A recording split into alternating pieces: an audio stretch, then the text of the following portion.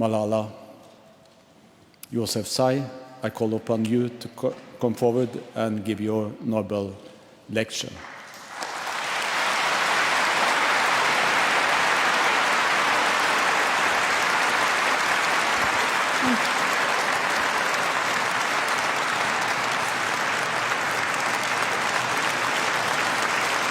Thank you so much. Thank you. Thank you so much.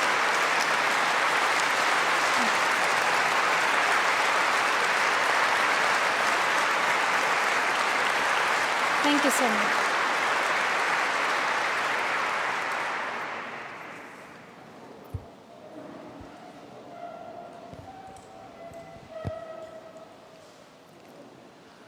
Bismillahir-Rahmanir-Rahim.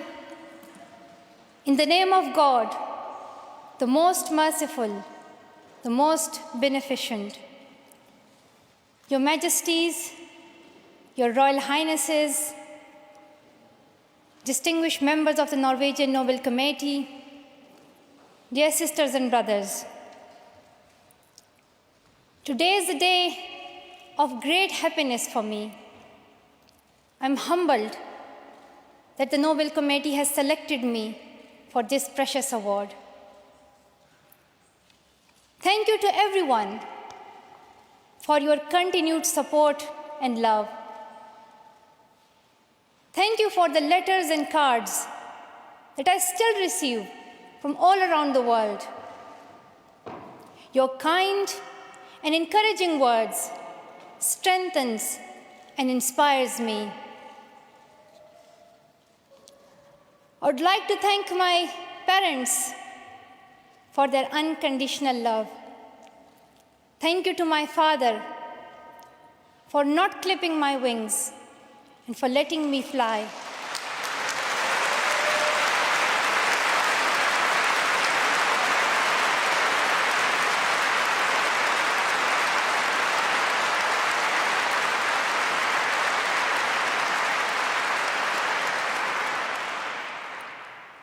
Thank you to my mother for inspiring me to be patient and to always speak the truth, which we strongly believe is the true message of Islam.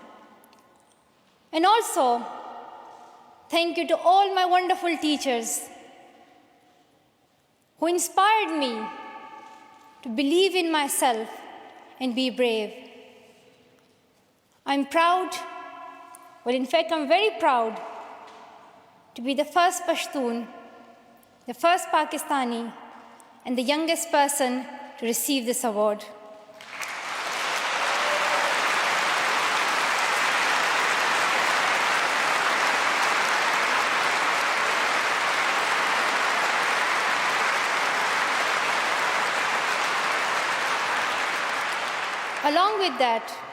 Along with that, I'm pretty certain that I'm also the first recipient of the Nobel Peace Prize who still fights with her younger brothers. I want there to be peace everywhere, but my brothers and I are still working on that.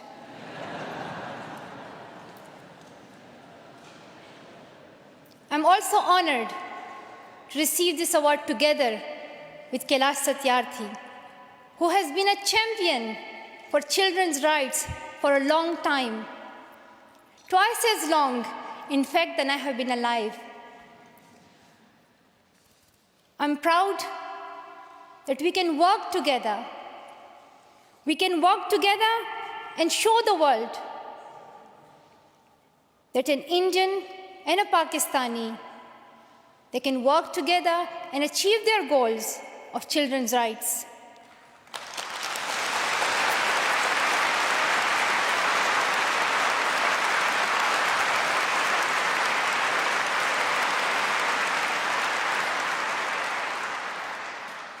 Dear brothers and sisters, I was named after the inspirational Malala of Maiwand, who is the Pashtun Joan of Arc. The word Malala means grief-stricken, sad. But in order to lend some happiness to it, My grandfather would always call me Malala, the happiest girl in the world. And today, I'm very happy that we are together fighting for an important cause. This award is not just for me. It is for those forgotten children who want education. It is for those frightened children who want peace. It is for those voiceless children who want change. I'm here to stand up for their rights, to raise their voice. It is not time to pity them. It is not time to pity them. It is time to take action. So it becomes the last time. The last time. So it becomes the last time that we see a child deprived of education.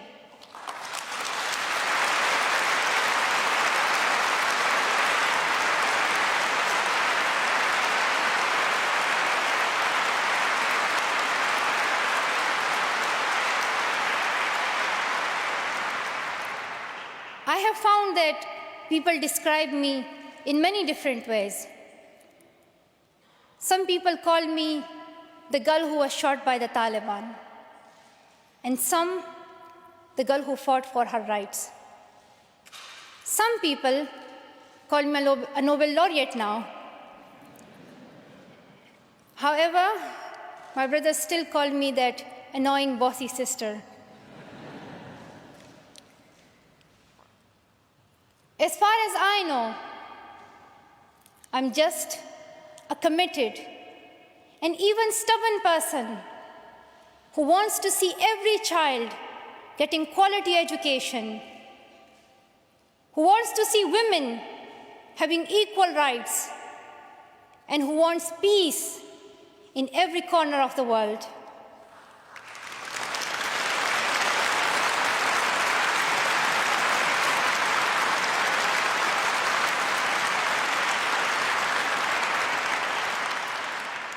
Education is one of the blessings of life and one of its necessities.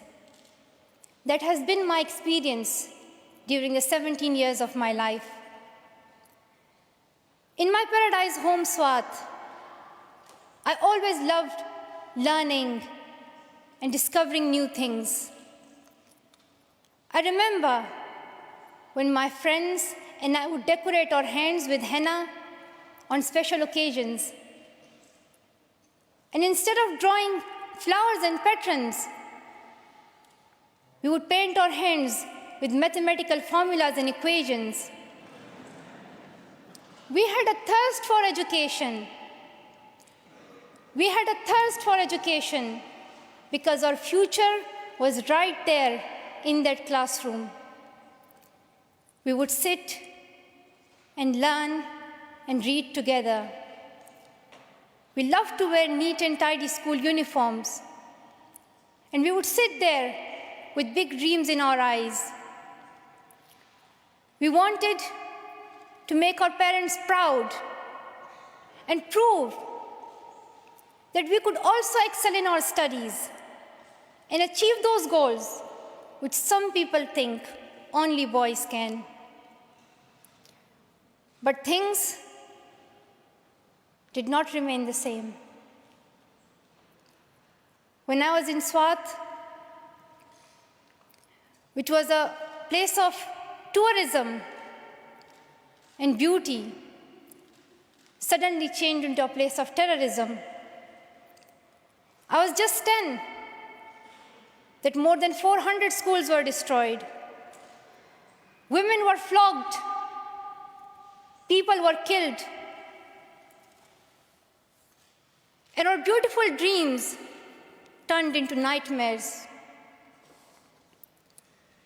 Education went from being a right to being a crime. Girls were stopped from going to school. When my world suddenly changed, my priorities changed too. I had two options. One was to remain silent and wait to be killed. And the second was to speak up and then be killed. I chose the second one. I decided to speak up.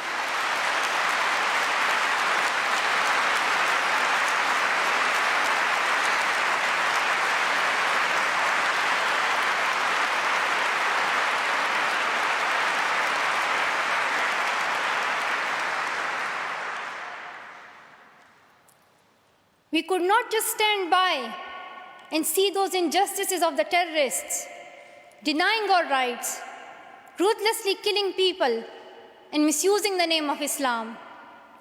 We decided to raise our voice and tell them, have you not learned that in the Holy Quran Allah says, if you kill one person, it is as if you kill the whole humanity? Do you not know that Muhammad, peace be upon him, the prophet of mercy, he says, do not harm yourself or others. And do you not know that the very first word of the Holy Quran is the word Iqra, which means read? The terrorists tried to stop us and attacked me and my friends who are here today on our school bus in 2012. But neither their ideas nor their bullets could win. We survived. And since that day, our voices have grown louder and louder.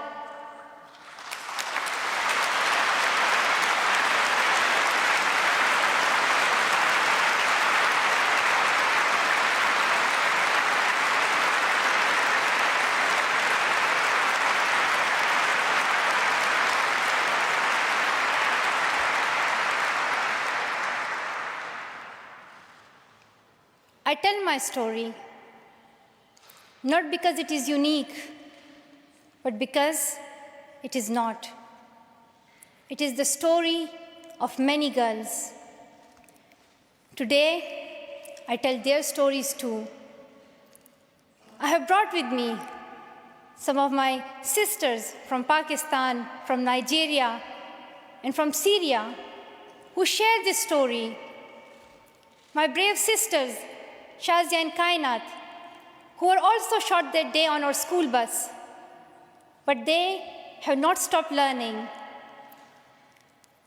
And my brave sister, Kainat Somro, who went through severe abuse and extreme violence.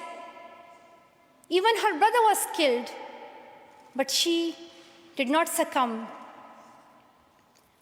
Also, my sisters here, whom I have met during my Malala Fund campaign.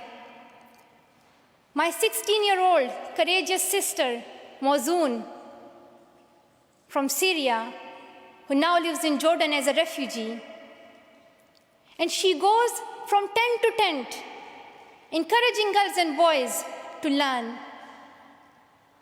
And my sister, Amina, from the north of Nigeria, where Boko Haram threatens and stops girls and even kidnaps girls just for wanting to go to school. Though I appear as one girl, one person who is 5 foot 2 inches tall, if you include my high heels, it means I'm 5 foot only. I am not a lone voice. I'm not a lone voice. I am many. I am Malala, but I'm also Shazia. I'm Kainat. I'm Kainat Somro. I am Mozoon. I am Amina. I am those 66 million girls who are deprived of education. And today, I'm not raising my voice. It is the voice of those 66 million girls.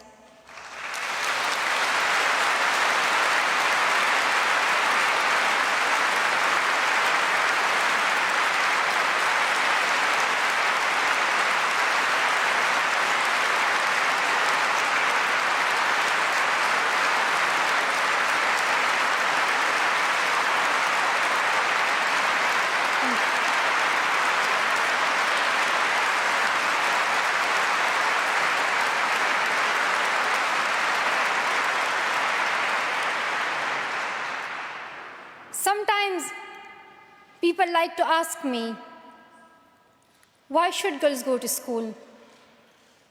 Why is it important for them? But I think the more important question is, why shouldn't they? Why shouldn't they have this right to go to school? Dear brothers and sisters, today, in half of the world, we see rapid progress and development. However, there are many countries where millions still suffer from the very old problems of war, poverty, and injustice.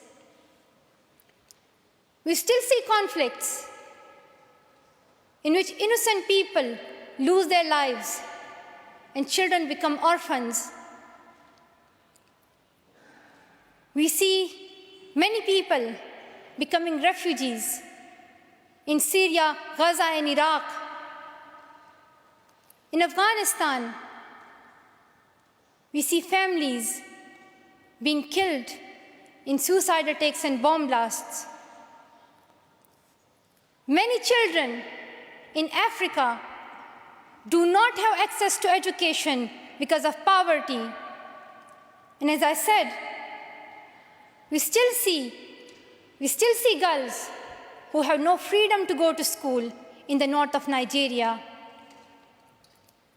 Many children in countries like Pakistan and India, as Kailash Satyarthi mentioned, many children, especially in India and Pakistan, are deprived of their right to education because of social taboos, or they have been forced into child marriage or into child labor.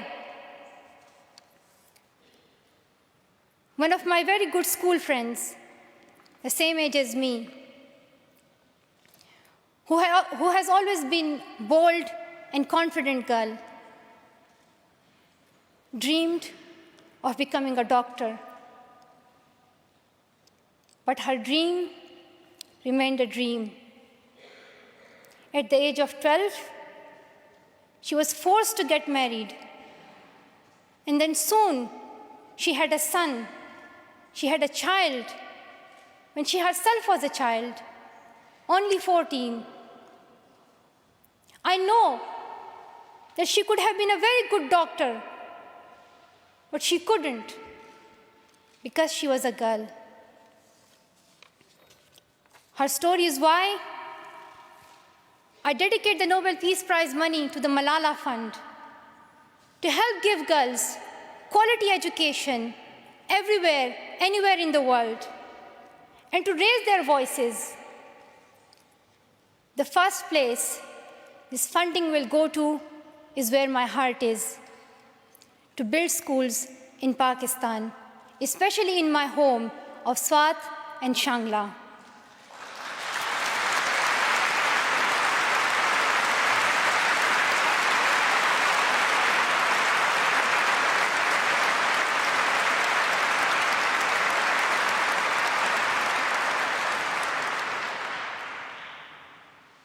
In my own village, there is still no secondary school for girls.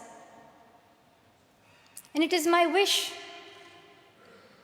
and my commitment, and now my challenge, to build one so that my friends and my sisters can go there to school and get quality education, and they get this opportunity to fulfill their dreams. This is where I will begin, but it is not where I will stop. I will continue this fight until I see every child in school. Dear brothers and sisters, great people who brought change, like Martin Luther King and Nelson Mandela, Mother Teresa and Aung San Suu Kyi, once stood here on this stage. I hope the steps that Kailash Satyarthi and I have taken so far and will take on this journey will also bring change, lasting change.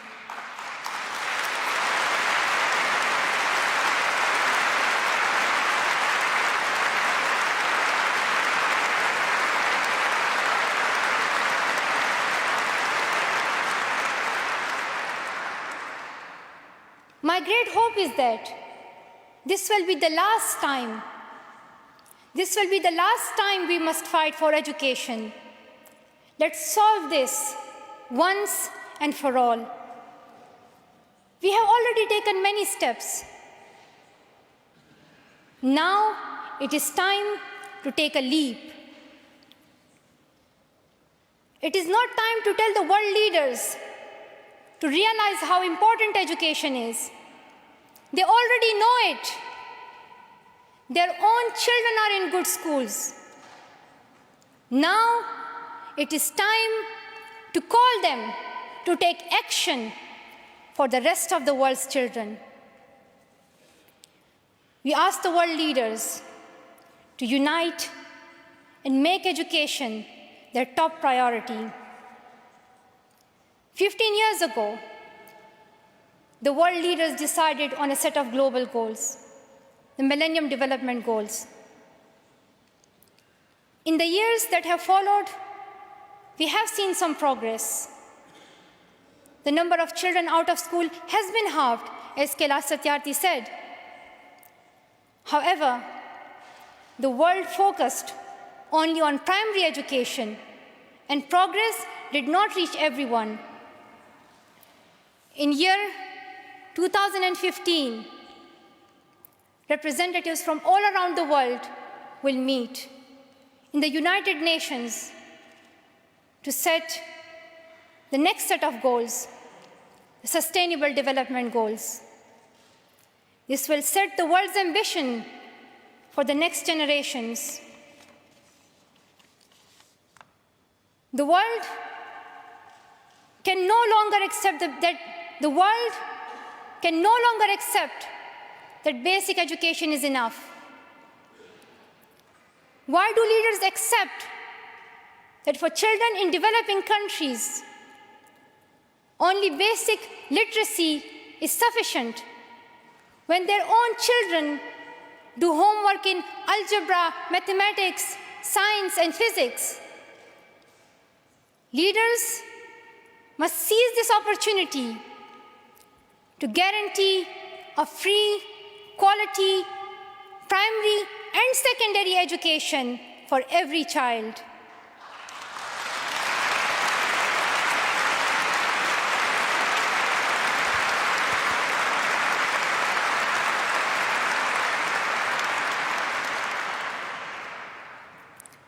Some will say this is impractical, or too expensive, or too hard, or maybe even impossible.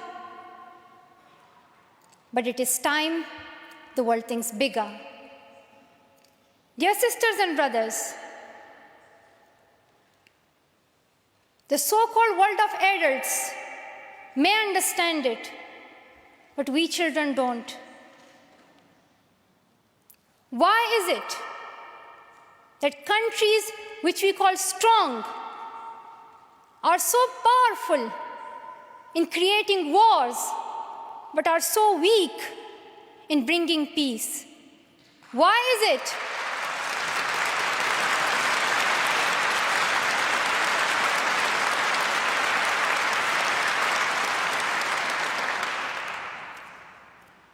Why is it that giving guns is so easy, but giving books is so hard. Why is it? Why is it that making tanks is so easy, but building schools is so hard? We are living in the modern age, and we believe that nothing is impossible. We have reached the moon 45 years ago, and maybe we'll soon land on Mars. Then, in this 21st century, we must be able to give every child quality education. Dear sisters and brothers, dear fellow children, we must work, not wait. Not just the politicians and the world leaders.